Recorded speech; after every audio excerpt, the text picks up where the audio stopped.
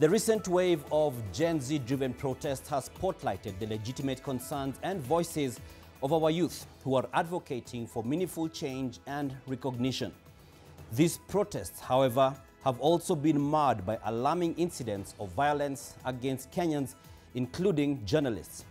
The cases of abduction of Bashara Gaido on Wednesday, the shooting of MediaMax broadcast journalist Catherine Wanjeri Wakarioki in Nakuru on Tuesday, and the police spraying of chemicals on CNN photojournalist Fabian Muhire as he went about his work in Nairobi's Central Business District stand out as recent incidents.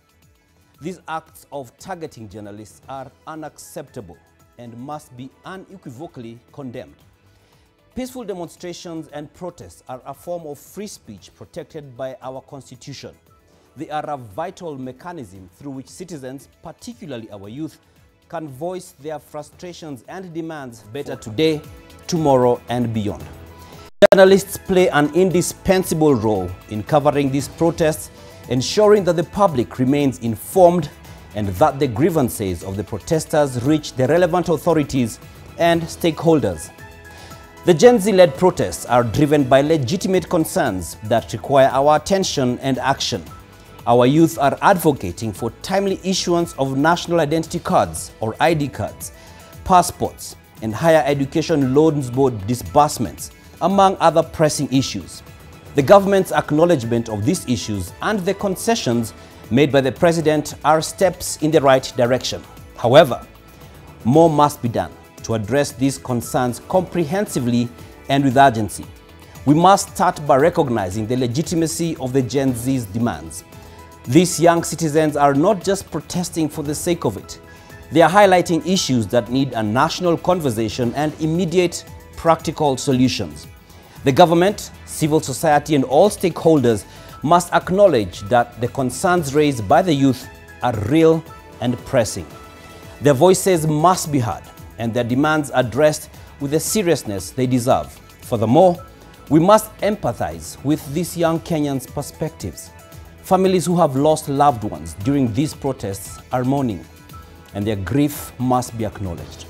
The issues raised by the Gen Z and other youth and like-minded Kenyans alike, such as the need to root out corruption and incompetence in the public sector, must be prioritized.